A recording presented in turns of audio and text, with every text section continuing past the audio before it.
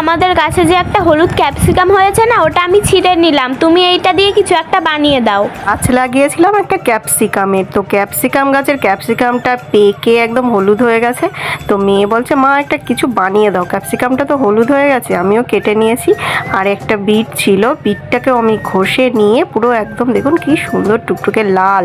তো এটা দিয়ে আজকে আমি একটা নতুন স্টাইলের ডিমের অমলেট তৈরি করব, চিজ অমলেট। এর মধ্যে সামান্য একটু বিট দিয়ে তারপরে করব, কারণ ছেলে মেয়ে একদমই বিট খেতে পছন্দ করে না, কিন্তু বিট খাওয়া তো খুবই উপকারী। তো কিভাবে ওদের বিটটা খাওয়াবো দেখুন। তো অমলেটের মধ্যে এরকম বিট দিয়ে কি সুন্দর লাল হয়ে গেছে, দেখতেও ভালো লাগবে।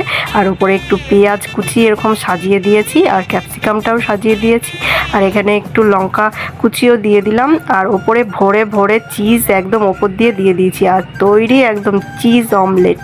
তো কিন্তু দারুণ হয়েছিল, তোমরাও খেও একবার করে।